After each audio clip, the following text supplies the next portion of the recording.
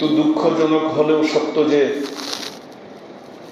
আজকে আমরা দুনিয়ার সব জিনিস জানি, সব বুঝি, অনেক ভাষার মালিক আমি, অনেক ভাষায় কথা বলতে পারি, কঠিন থেকে কঠিনতম ভাষা আমি শিখে ফেলেছি। বলেছিলাম যে বাচ্চা চায়না যাবে, এই চিংচুং জিংজুং ভাষাও শিখে ফেলেছে, চায়না ভাষা। জাপান যাবে, ইটালি যাবে, কি কঠিন থেকে কঠিন ভাষা, কোনো মিল নাই, ওইগুলো মুখস্থ। লন্ডন যাবে, আমেরিকা যাবে, পশ্চিমা দেশগুলোতে যাবে, ইংলিশ শিখছে, কোচিং করছে, রাত দিন মেহনত করে। আর আল্লাহ কোরআনে ঘোষণা করেছেন পৃথিবীর মধ্যে সবচেয়ে সহজ ভাষা হলো ওয়ালাকাদ ইয়াসসারনাল কুরআন, কোরআনের ভাষা সবচেয়ে সহজ ভাষা। এই কোরআন সম্পর্কে আমরা এত অজ্ঞ কেউ জানি না, এইখানে সব ফেল।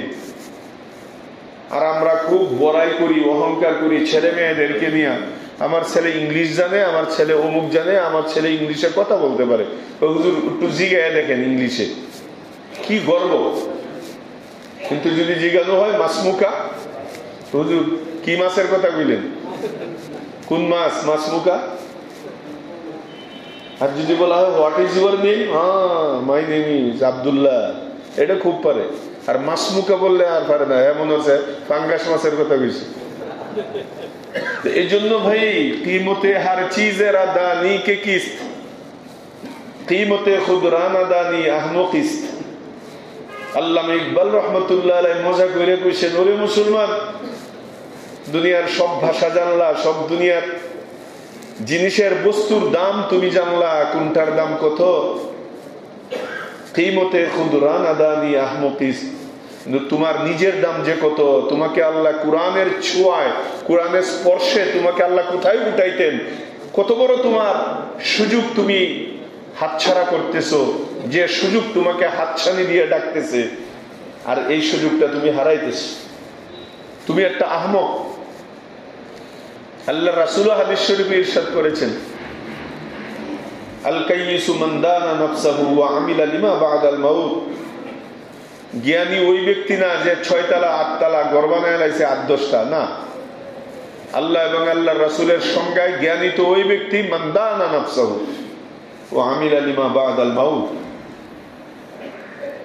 যে নিজের নফসের সাথে বোঝাপড়া করে, আখিরাতের প্রস্তুতি নেই, মৃত্যুর পরবর্তী জিন্দেগীর জন্য আমল করে, যে তাকে জ্ঞানী বলা হয়েছে। যে জিনিস আপনি হাড়ভাঙ্গা কষ্ট করে জোগাড় করলেন, আয়োজন করলেন, আবার রাইখা চলে যাইতে হবে, নিয়ে যাইতে পারবেন না একটা ইটো, টাইলসের একটা কুনাও, তাই আপনি এর জন্য আল্লাহ ছাইরা, মসজিদ ছাইরা, নামাজ ছাইরা, আপনি খালি ঘরের পিছনে, দোকানের পিছনে, ভিসার পিছনে, টাকার পিছনে, প্লটের পিছনে, প্লটের পিছনে, ছেলেকে আপনি বেড বানাইবেন, আধুনিকতা বানাইবেন, ওইটার পিছনে, ছেলেকে না দিন শিখাইছেন, না মেয়েকে দিন শিখাইছেন, এই যা করছেন এই সবগুলোর ব্যাপারে আল্লাহ রাসূল বলে তুমি একটা আহমক, তুমি নির্বুধ, তোমার ফিউচার সম্পর্কে তোমার আইডিয়াই নেই, ভবিষ্যৎ সম্পর্কে তোমার কোনো চিন্তা নেই, আহমক তুমি একটা, তুমি নির্বুধ। দুনিয়ার মানুষ তোমাকে গলায় মালা পরাইতে পারে, কিন্তু আল্লাহ মালা পরাবে না। আল্লাহ নির্বুধ বলেছেন তাদেরকে, বুকা, এরা বুকা। টাকা এক জিনিস আর আখেরাতের পুঁজি আর এক জিনিস। টাকা একটা কাগজ, কিডনির মধ্যে একটা ফেস মারলে টাকার বস্তা শেষ এক রাত্রে, কথা বলে না। ব্রেন একটু স্ট্রোক করে দিলে আপনার ব্যাংক ব্যালেন্স সব আলু ভর্তা হয়ে যাবে 2 দিনে। ভিতরে কত কল কবজা আল্লাহ দিয়ে দিছে, কোন এক জায়গার মধ্যে ব্লক মাইরে দিলে কাটাছিড়া করতে করতে দেশে হবে না বিদেশে যাও, এরপরে 2 মাস পরে আয়সা দেখবে যা ছিল সব শেষ, আগে যে জায়গায় ছিল আরো নিচে নেমে গেছিল। কথা বলেন, তুতিল মুলকা মান তাশা ওয়া তানজিউল মুলকা মিম্মান তাশা। রাজত্ব আল্লাহ দেয়, রাজত্ব আল্লাহই খেড়ে নেই। কথা বলেন। এই জন্য টাকা পয়সা, দুনিয়ার মোহ, দুনিয়ার ঐশ্বর্য, এইগুলোর পিছনে নির্বুধ ছাড়া জ্ঞানী মানুষ কখনো এগুলোর পিছনে ঘুরে না। সাকরাতিস ঈসা আলাইহিস সালামের জমানার বিশ্ববিখ্যাত বৈজ্ঞানিক, যার থেকে থিওরি নিয়ে আজকাল নাসা মাসা সব পয়দা হয়েছে, মুসলমান সাক্রাতিস, উনি খাওয়ার জন্য ঘরের মধ্যে এক মুঠ চাউলও থাকতো না, সপ্তাহে সপ্তাহ চলে যেত। বলে যে আল্লাহ তাআলা আমাকে ওদের জন্য পাঠায়নি। ওই দুনিয়ার ঐশ্বর্য এবং জ্ঞান দুটো এক জায়গায় জমা হইতে পারে না। যে ওইটার পিছনে পড়বে ও আখেরাত কমবে, আর যে আখেরাতকে সামনে রাখবে ও দুনিয়ার মধ্যে এত বড় দুনিয়া তুমি কেমনে বানাইলা? আল্লাহকে যদি তুমি পাও, তুমি এত টাকা তুমি কেমনে কামাইলা? তাহলে আখেরাতে তোমার ঘাটতি হয়েছে। অবশ্যই আখেরাতওয়ালারা এত বড় দুনিয়া কামাইতে পারে না। তোমার দেশে বিদেশে ঘর বাড়ি কেমনে বানাইলা? তোমার লিগেল হিসাবটা কত? তুমি কত ইনকাম করতা? তাহলে তুমি এত টাকা বাসা ভাড়া দেয়া, এত বড় ঘর বাড়ি তুমি কেমনে বানাইলা? এর জন্য আল্লাহ রাসূল বলেছেন, যারা নাকি আখেরাতকে সামনে রেখে পরকালের জিন্দেগির কথা স্মরণ করে, পরকালের জন্য পুঁজি জোগাড় করে, পাথেয় জোগাড় করে, তাদেরকে বলেছেন আল কাইয়িসু, তারা কত জ্ঞানী। এটা মরলে টের পাইবা, তুমিও টের পাইবা, ওরাও টের পাইবে। আজকে হয়তো রিক্সা চালায়, ভ্যান চালায়, কোন রকমে পেট ভরার জন্য কালা পিতৃপাত করতেছে, কিন্তু নামাজ ছাড়ে না সে, দিনদার। ওর বাহাদুরি কবরে যাওয়ার পরে দেখবা। আর তুমি দুনিয়াতে বাহাদুরি করতেছে, তুমি মইরে দেখো, তুমি ফকিরের মতো, ভিক্ষুকের মতো এর কাছে, ওর কাছে, মার কাছে, বাবার কাছে, ছেলের কাছে, স্ত্রীর কাছে ভিক্ষুকের মতো দৌড়াদৌড়ি করবে, একটা নেকির জন্য কেউ তোমাকে দিবে না। আর ওই হতদরিদ্র যাদের সাথে তুমি আজকে টাকা না থাকার কারণে সম্পর্কই করতে চাইতেছো না, না ওই জায়গায় আমার মেয়ে দেওয়া যায় না, আমার মেয়ের সুনু পাউডারই তো দিতে পারবে না, এই কথাগুলো বলে তুমি যে আমার মেয়েকে নিতে চাইতেছ, কি আছে তোমার মুরাদ কি? আমার মেয়ে যা মাখে এগুলোই তো তুমি দিতে পারবা না। কত বড় তার অহংকার, কত বড় গর্ব। তোমার এই মেয়েটা মারা যাওয়ার পরে সর্বপ্রথম যে গালগুলোর মধ্যে পুকে খাইবে ওটা জানো? এই সুন্দর সুন্দর বিউটি পার্লার থেকে সাজে যে জায়গাগুলো সাজগুজ করে, এইগুলো যে বিচ্ছু খাইবে, সাপে কামড়ায় খাইবে, নরম গোস্তগুলো কয়েকদিনের মধ্যে খসে খসে পড়ে যাবে, ওইটা জানো? তখন তুমি কোন ফেয়ার এন্ড লাভলি দিবা, কোন স্নো এবং পাউডার দিয়া তুমি তাকে সজ্জিত করবা? অথচ আল্লাহর রাসূল ইরশাদ করেছিলেন, মান তারদাউনা দীনাহু ওয়া খুলুকাহু ফাযাওবিজুহু, যে ছেলের দিনদারির ব্যাপারে তুমি ইতমিনান হইতে পারো, তোমার মনের ভিতরে সাক্ষ্য দেয় ছেলেটা নামাজি, ছেলেটা দিনদার, হক হালাল খাবে, ও হারাম খাবে না, ছেলেটা এমন, আল্লাহ রাসূল বলেছেন ফাযাওবিজুহু, দেরি করো না, মেয়েটা তার হাতে দাও। ওয়া ইল্লাম তাকুন, আর যদি এটা না করো, আমি নবীর কথা না মানো, তাকুন ফিতনাতুন ফিল আরদি ওয়া ফাসাদুন আরিজ, তাহলে অপেক্ষা করো, তোমার মেয়েকে নিয়ে তুমি মাথা ওয়ালের মধ্যে মারবা আর কানবা, হায় হায় টাকা দেখে তো দিছিলাম। এখন মেয়ে আয়সা কান দেখো, বাবা তোমার জামাইয়ের তো আরো 7 জন আছে, আমারে তো ভালো হয় না। বাবাও কান্দে, মেয়েও কান্দে, দিনদার দেখে নাই, টাকা দেখছে। ওই টাকাওয়ালার তো মেয়ের কম নাই। আপনার মেয়ে কয়েকদিন যতদিন ভাল লাগছে এতদিন তার সাথে এনজয় করছে, হ্যাঁ তো টাকা আছে, আর টাকা দিয়ে তো সব পাওয়া যায়। টাকা দিয়ে সব পাওয়া যায় ওই ছেলের জন্য যার ভিতরে আল্লাহ নাই, আল্লাহর ভয় নেই। কথা বলে না কেন? আর আপনি তো আল্লাহর ভয়ওয়ালা ছেলের কাছে দেন নাই, সে তো পরকীয়া করবেই। আর যে ছেলে এমন মেয়ে বিয়ে করবে যাকে শুধু দুনিয়া দেখে বিয়ে করবে, ওই মেয়েরও তো পরকীয়া থাকবে। কথা বলে না কেন? এই শুরু হয় সংসারের মধ্যে ভুল বুঝাবুঝি। ওর মোবাইল চেক করে, আর সে তার মোবাইল ঘুমাইলে পরে চেক করে, এরপরে গাল ফুলে রাখে, তুমি এই নাম্বার কই পাইলা, ও তোমার মেসেজ দিল কে, ও আই লাভ ইউ কইল কে, ও কে, তোমার কি লাগে, হ্যাঁ কই তোর ভিতরে এই ছেলের মোবাইল কে, ওর নাম্বার কে, তুই কার সাথে সম্পর্ক, এই যে শুরু। বাস কিছুদিন পরে শোনা গেছে শেষ। এগুলো একটা দুইটা না, আর আমি বানায় বলতেছি না, আমরা তো মুফতি সাহেব, আমাদের কাছে অহরহর মাসালা, শত শত এইগুলোর মাসলায় আসতেছে। পরে লাস্টে যায় চিন্তা করে দেখি সবকিছুর গোড়া হইল দিনদার না থাকা। ও দেখছে 6 তলা বিল্ডিং, আর ও দেখছে ছেলে কামাই সুদ, ছেলে চাকরিজীবী। এইটি দেখে বিবাহ দিছে এবং নিছে, অথচ এর ভিতরে আরাম আয়েশের ওয়াদা নাই আল্লাহ তাআলার, দুনিয়ার কোন বস্তুর মধ্যে। আল্লাহর ওয়াদা হইল দিনের ভিতরে। তাবলীগওয়ালারা বারবার আমাদেরকে চিৎকার করে বলে, দুনিয়া এবং আখিরাতের শান্তি এবং কামিয়াবি একমাত্র আল্লাহর হুকুম এবং নবীর তরিকা। এর ভিতরে আপনি বস্তুর মধ্যে শান্তি তালাশ করবেন, বিল্ডিং এর মধ্যে শান্তি তালাশ করবেন, গাড়ি বাড়ির মধ্যে শান্তি তালাশ করবেন, ঐশ্বর্যের মধ্যে শান্তি তালাশ করবেন, ক্ষমতার মধ্যে শান্তি তালাশ করবেন, প্লটের মধ্যে শান্তি তালাশ করবেন। আল্লাহ বলেন এখানে তো আমি ওয়াদাই রাখি নাই, এটার মধ্যে শান্তির কিছুই রাখি নাই।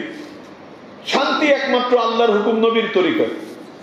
না থাকতে পারে তার ঘর বাড়ি, না থাকতে তার ভিটা বাড়ি, প্লটের মালিক না হইতে পারে, দিন আনে হালাল টাকা, রুজ কামাই কইরা হালাল টাকা খায়, এর রক্তর দ্বারা, হালাল রক্তর দ্বারা শেষ সাইতে উঠে যখন আল্লাহকে ডাক দিবে, সাথে সাথে আল্লাহ লাব্বাইক বলে।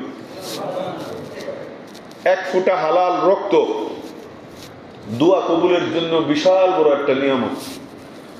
আর প্রতি বছর হজ করে, টাকা আছে উমরা করে, এই করে সেই করে, কিন্তু টাকা হালাল না।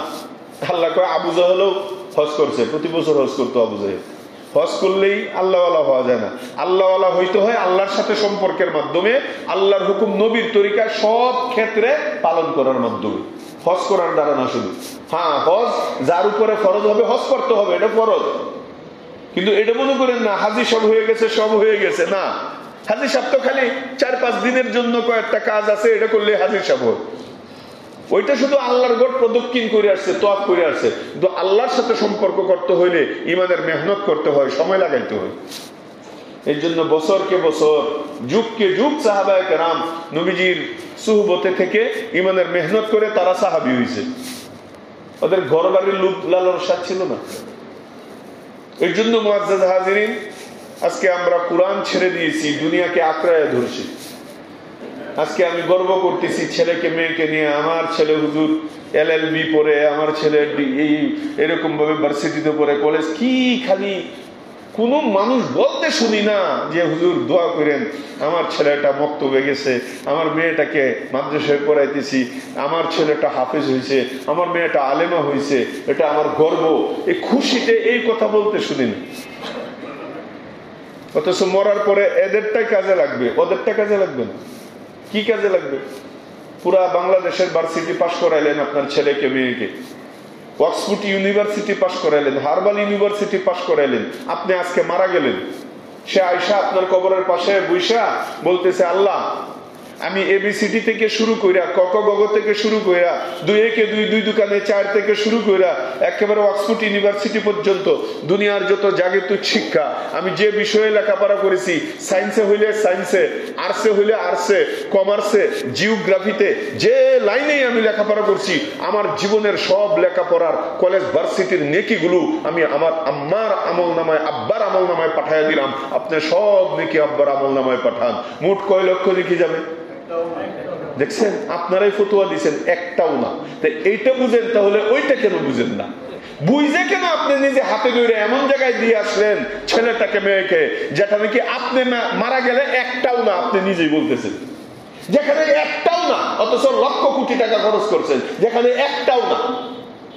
আর কিতাবে আসছে মাত্র আজকে মক্তবে দিয়েছেন বাচ্চাটাকে, আপনি মারা গেছেন।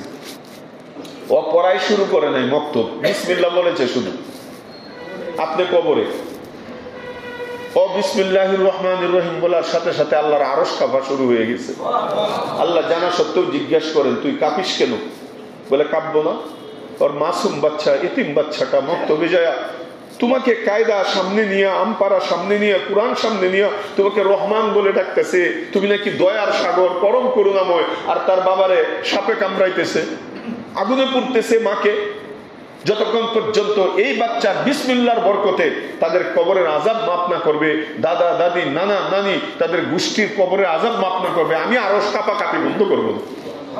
আল্লাহ তাআলা তখন বলবেন যে তুই সাক্ষী থাক, এই বাচ্চা শুধু আজকে প্রথম দিনেই শুধু বিসমিল্লাহ বলার বরকতে আমি খুশি হইয়া আমার নাম ডাক দিয়েছে, আমার নাম দিয়ে তার চোখ থেকে পানি 2 ফোঁটা বের করেছে। এই বাচ্চার বরকতে ওদের সকলের কবরে আযাব কিয়ামত পর্যন্ত আমি মাফ করে দিলাম। অথচ ওইখানে কোটি টাকা খরচ করলেন, ওইখানে আপনারাই বলতেছেন একটাও না, একটা নিয়ে কেউ যাবে না।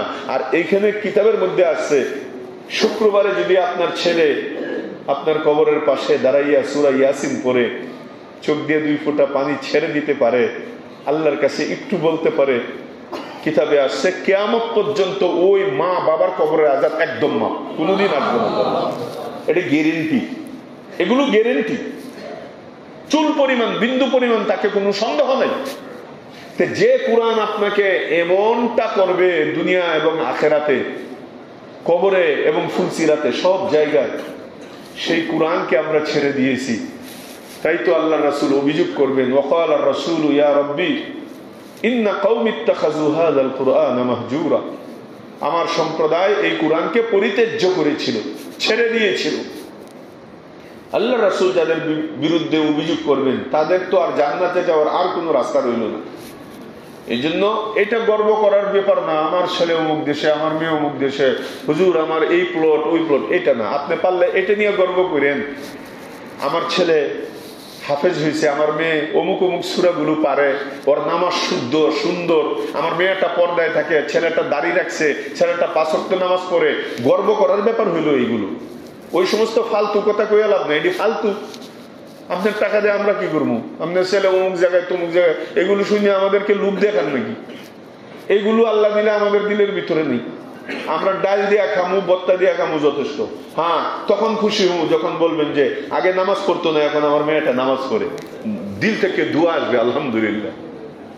আমার ছেলেটা আগে নামাজ পড়তো না, হুজুর আলোচনা শুনে এখন নামাজ ধরছে, দাড়ি রাখা শুরু করে দিছে, সুন্নতি লিবাস শুরু করে দিছে, মাথার মধ্যে রাসূলের টুপি এসে গেছে। এগুলো হলো গর্বের ব্যাপার। যখন কবরে আপনাকে 3 নাম্বার প্রশ্ন করবে, মান হাযার রাজুলুল্লাযী বুইসা ফীকুম, মদিনার সাথে সংযোগ করে দিবে, টিভির পর্দার মতো রাসূল সাল্লাল্লাহু আলাইহি ওয়াসাল্লামকে আপনার সামনে উপস্থিত করে যখন প্রশ্নটা করা হবে, উনাকে চিনো? আপনি কেমনে, কোন মুখে বলবেন? আপনার মুখে দাড়ি নাই, রাসূল সাল্লাল্লাহু আলাইহি ওয়াসাল্লামকে কি হিসাবে বলবেন যে উনি আমার রাসূল? আল্লাহ রাসূল তো আপনাকে অস্বীকার করবে, ও আমার উম্মত না, কারণ আমার মতো সে না। আমি এই সুন্নতের জন্য মাথা ফাটাইছি, তায়েফের ময়দানে রক্তাক্ত হয়েছি, উহুদের ময়দানে দান শহীদ করেছি। আমি 4-5টা পাথর পেটের মধ্যে বেঁধে 2-3 মাস পর্যন্ত অনাহারে অর্ধাহারে আমি কালাতিপাত করেছি আমার উম্মতের ভিতরে আমার আদর্শ, আমার সুন্নতকে প্রতিষ্ঠা করার জন্য। আজকে তুমি কোন মুখে বলবা উনি আমার রাসূল? আর ওইখানে বলাটাও এত সহজ হবে না, মুখস্থের কোনো জিনিস না। যে দুনিয়াতে যেমন আমল করবে ওইটাই তার দিল থেকে বের হবে। কথা বলে না কেন? আপনি মনে করতেছেন না হুজুর এটি আমার মুখস্থ আছে, কোন প্রশ্নের কোন উত্তর? না, এটা মুখস্থের কোনো ব্যাপার না। যে মার রাব্বুকার উত্তর হইল রব্বি আল্লাহ, আপনি বলতে পারবেন না। দুনিয়াতে যদি আপনি হারে হারে কড়াই গন্ডায় আপাদ মস্তক আপনার রব যে আল্লাহ, এটা যদি আল্লাহকে না দেখান তাহলে আপনি বলতে পারবেন না, আপনি মুখ দিয়ে বের হবে না। পাখিকে আপনি বুলি শিখাইছেন, অনেকে আছে না পাখিকে কথা শিখায়। আচ্ছা, পাখি কি এই কথার অর্থ বুঝে যে এটা শিখছে, এটা শব্দ অর্থ জানে? ওকে যেমনে শিখাইছেন শুধু ভাষাটা কি নকল করছে। কোনোদিন যদি পিঞ্জিরা খোলা থাকে আর বিড়ালে পাখির ঘাড়ে ধরে, তখন কিন্তু পাখি এই বাসা বুঝলে দেয়, ভিতরের যে তার বাসিরা ক্যাস ক্যাস ক্যাস ওইটাই করতে থাকে। কথা বলেন না? কবরের মধ্যে যখন ধরবে ঘাড়ের মধ্যে, তখন আপনি যে দুনিয়াতে সত্যিকারে আপনার দিলের ভিতরে আল্লাহ ছিল নাকি গায়রুল্লাহ ছিল? আপনি কি রাসূলকে মহব্বত করতেন নাকি রাসূলকে মহব্বত করতেন না? ওটা কবরে যাইয়া ধরার পরে বের হবে সত্যিটা। এটা মুখস্থের কোনো জিনিস না। আমি কি বুঝাইতে পারছি আপনাদেরকে? মার রাব্বুকা এটা মুখস্থ করে নিলেন, রব্বি আল্লাহ রব্বি আল্লাহ, এটা বলতে পারবেন না, এটা মুখস্থের না। হ্যাঁ, আমার রব আল্লাহ সব ক্ষেত্রে যদি আপনার প্রমাণ করে কবরে যেতে পারেন, আপনার মুখস্থ করতে হবে না, আপনার অন্তরের ভিতর থেকে আরবিতে বের হবে রব্বি আল্লাহ। আপনি দিনের উপরে চলেন না, আপনি ইহুদিদেরকে ভালোবাসেন, খ্রিস্টানকে ভালোবাসেন, আপনার বাচ্চাদেরকে ইহুদি নাসারাদের পোশাক পরান, আপনার মেয়ের বিয়া ছেলের বিয়া, আপনার বিয়ার মধ্যে হিন্দু আমি রেওয়াজ আপনি চালু করছেন, গান বাদ্য বাজনা চালু করছেন। তা আপনাকে যখন দ্বিতীয় প্রশ্ন করা হবে ওমা দিনুকা, তোমার দিন কি ছিল, আপনি কোশ্চিন কালেও বলতে পারবেন না যে আমার দিন ইসলাম। আপনি তো ইসলামের উপরে ছিলেন না, আপনার পোশাক তো ইসলামের পোশাক না, আপনার বিবির পোশাক ইসলামের পোশাক না, আপনার মেয়ের পোশাক ইসলামের পোশাক না, আপনার ছেলের পোশাক ইসলামের পোশাক না, আপনার নাতি নাতকরকে শার্ট প্যান্টে খুব আনন্দ বোধ করেন, কিন্তু রাসূলের পাঞ্জাবি পায়জামা আপনার ভালো লাগে না, ইসলামের তো আপনার লেশ মাত্র নাই, তো কি করে আপনি বলবেন আমার দিন ছিল ইসলাম? এটা মুখস্থের জিনিস না, এটা আমলের জিনিস। এর জন্য ওই ব্যক্তি বলতে পারবে দিন ইয়াল ইসলাম, আমার দিন, আমার ধর্ম ইসলাম, কারণ আমার A to Z, আমার ঘরে বাহিরে, দোকানপাটে, চাকরিতে, হাটে বাটে, সব জায়গার মধ্যে আমি ইসলামকে প্রমোট করতাম, ইসলামকে আমি আগিয়ে রাখতাম। জান চলে যাবে, ইসলাম আমি ছাড়ি নাই। এই ব্যক্তি একমাত্র উত্তর দিতে পারবে দিন ইয়াল ইসলাম, আমার ধর্ম কি ছিল? ইসলাম ছিল। এরপরে যখন তৃতীয় প্রশ্ন করবে ওই লোকটাকে চিনো, ওই ব্যক্তি একমাত্র বলতে পারবে যে নবীর মতো হয়ে যাবে। সুবহানাল্লাহ।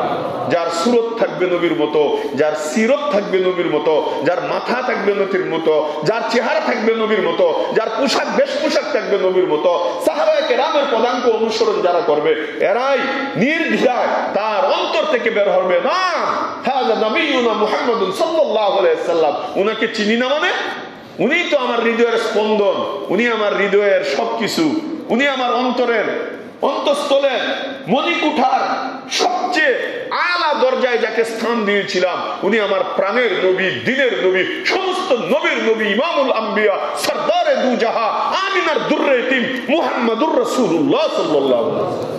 উনি সমস্ত নবীর বাদশা, সমস্ত নবীর রাজা, আমার নবী। উনাকে চিনি না মানে এটা ওই ব্যক্তি বলতে পারবে যার আপাদ মস্তক নবীর সুন্নাহ অনুযায়ী থাকবে, আদর্শ অনুযায়ী। আল্লাহ বলেছেন ওয়ালাকুম ফি রাসূলিল্লাহি উসওয়াতুন হাসানাহ, তোমাদের জন্য এই নবীর ভিতরে উত্তম আদর্শ আমি রেখে দিয়ে গেলাম। তুমি নবীর উত্তম আদর্শ বাদ দিয়া যেটা তুমি পছন্দ করতেছো, এর অর্থ হলো নবীর আদর্শ আমার ভালো লাগে না, আমার কাছে উত্তম আদর্শ হলো ইহুদিদের আদর্শ, আমার কাছে উত্তম আদর্শ খ্রিস্টানদের আদর্শ। তাহলে তুমি শুনে রেখো, আল্লাহ রাসূল বলেছেন তুমি শুনে রেখো, আল মারউ মা মান আহাব্বা, দুনিয়াতে যাকে আদর্শ বানাবা হাসর কিন্তু তার সাথে তোমার হবে, কিয়ামত তার সাথে তোমার হবে। আর জান্নাতওয়ালাদের সাথে তুমি দুনিয়াতে চললে জান্নাতে যাবা, জাহান্নামওয়ালাদের সাথে চললে জাহান্নামে যাবা। এটা মনে রেখো, যার সাথে যার মহব্বত তার সাথে তার কিয়ামত। শুনেন নাই কথাটা? এটা হাদিসের বঙ্গানুবাদ, কাব্য আকারে মিলাইয়া দিছে আর কি। যার সাথে যার মহব্বত তার সাথে তার কিয়ামত, এটা চূড়ান্ত কথা। দুনিয়াতে এখন আপনার মহব্বত কার সাথে এটা দেখেন, আপনার হাসরের জন্য অপেক্ষা করে, তার সাথে আপনার হাসর হবে। এই জন্য বলা হয় যে দুনিয়াতে দেখতে দেখা যায় কত ভালো মানুষ, কিন্তু হাসর নসর করবে সে আবু জাহেলের সাথে, ফেরাউনের সাথে, নমরুদের সাথে, হামানের সাথে, কারুনের সাথে। কেন? কারণ দুনিয়াতে ওদের কালচার গুলো তার ভিতরে ছিল, নবীর কালচার তার ভিতরে ছিল না, নবীর আদর্শ তার ভিতরে ছিল না। তো আল্লাহ রাসূল তো সহিহ হাদিসে স্পষ্ট বলেই দিয়েছেন, যার ভিতরে যার যে কালচার থাকবে, যার ভিতরে যে যার আদর্শ অনুকরণ করবে, তার সাথে তার কিয়ামত হবে, হাসর নসর তার সাথে। এই জন্য মুআজ্জাজ হাজিরিন, শুধু শোনার জন্য জুমার মধ্যে না আসা, শুইনা অনুধাবন করা, ভিতরে এই জিনিসগুলো হৃদয়ঙ্গম করে এই কথাগুলো ঘরের মধ্যেও শোনানো। আপনি শুধু শুনলে হবে না, আপনি অর্ধেক আর ঘর হলে অর্ধেক। এই জন্য তো অর্ধাঙ্গিনী বলা হয়। কি বলা হয়? বলেন বলেন, কি বলা হয়? অর্ধাঙ্গিনী, অর্ধ অঙ্গ। তাহলে আপনি শুধু দিনদার হলে আপনি শুধু কথা শুনলে হবে না, এই কথাগুলো, এই জন্যই তো এখানে আল্লাহর রহমত ভিডিও করা হয়, এগুলো তাদেরকে দেখান, তাদেরকে শোনান, দেখো হুজুর কি বলেছে। তাহলে আপনি অর্ধেক আগায় যাবেন, সহজ হবে দিনের উপরে চলা। আপনি একা বুঝলেন কিন্তু ঘরে কথা শুনাইলেন না, ও আপনাকে একটা ঝাড়ি মেরে ফেলাই দেবো। আর দূর তো, হুজুররা সব কথা কি মনে যায়? হুজুররা কি আধুনিকতা বুঝে? আমরা আধুনিকতা বুঝি না, আমরা সেকেলেই রয়ে গেলাম। আধুনিক বুঝে ওই মেয়েরা আর ওই ছেলেরা, যারা প্যান্ট ছিঁড়ে ছিঁড়া, হায় হায় সব কিছু দেখা যায়, এত সিরা সিরে, এখন শার্ট সিরে, প্যান্ট সিরে, মানে ভালো পড়তে পড়তে এখন আর ওই আধুনিকতার স্টাইল দেখে যা সব পুরে গেছে, সিরা সিরে আরম্ভ করছে। আগে সিরা ফারা লোকদেরকে জায়গা দেওয়া হইতো না, এই তুমি গেটের বাইরে থাকো। এখন আগে তাদেরকে ওয়েলকাম করা হয়। হ্যাঁ, সিরাটাই হইলো সবচেয়ে উন্নত মানের মেহমান। মানুষের একটা রুচির দুর্ভিক্ষ হলে, কত ধরনের রুচির দুর্ভিক্ষ হলে এমন পোশাক পরতে পারে আপনার ছেলে মেয়ে। ওরা তো আপনার আমারই ছেলে মেয়ে ভাই, নাকি আমেরিকা থেকে আসছে? আপনার ছেলেটা, আপনার মেয়েটা সিরা প্যান্ট কিভাবে এসে পড়ে আপনার ঘরে, আপনার বাবার চোখে কেমনে আপনি দেখা বরদাস্ত করেন? আপনি বাবা, আপনার রক্ত আছে, আপনি মুসলমান, আপনার ভিতরে মনুষ্যত্ব আছে, আপনার ভিতরে গায়রত আছে, কিভাবে আপনি বরদাস্ত করেন আপনার মেয়েটা একটা শার্ট পইরা, একটা জিন্সের প্যান্ট পইরা পুরো ঢাকা ঘুরে, না উড়না আছে, না কোনো পর্দা তো দূরের কথা, একটা শার্ট, সিঙ্গেল একটা শার্ট। আপনি মানুষ, আপনি বাবা, বাবা নামের কলঙ্ক। আপনার ব্যাপারে রাসূল বলেছে আদ-দায়্যুসু লা ইয়াদখুলুল জান্নাহ। এই বাবার কপালে, এই স্বামীর কপালে, এই বড় ভাইয়ের কপালে, এর গার্ডিয়ানদের কপালে লেখা থাকবে, আল্লাহ লিখে দিবে এটি দায়্যুস। ওয়াদ-দায়্যুসু লা ইয়াদখুলুল জান্নাহ। আর দায়্যুস যত নামাজ পড়ুক, যত হজ করুক, যত রোজা রাখুক, ওরা কখনো জান্নাতে যাবে না। যার স্ত্রী এরকম ভাবে উলঙ্গ অবস্থায় চলাফেরা করবে, যুবতী মেয়েটা উলঙ্গ অবস্থায় শার্ট প্যান্ট পরে চলাফেরা করবে, এটা কোন ধরনের মানুষ? মনুষ্যত্ব কি? এখনো আপনার রক্ত ইহুদির রক্ত হয়ে গেল? মুসলমান হইয়া মুসলমানিত্বর লেশমাত্র আপনার ভিতরে নাই, একটু গায়রত নাই, নবীর আদর্শ তো নাই। এর জন্য ভাই ও দোস্ত বুজুর্গ, জান্নাতে ৭৩টা কাতার হবে, একটা কাতার জান্নাতে যাবে, এটা এমনি, বাকি সব জাহান্নামে যাবে।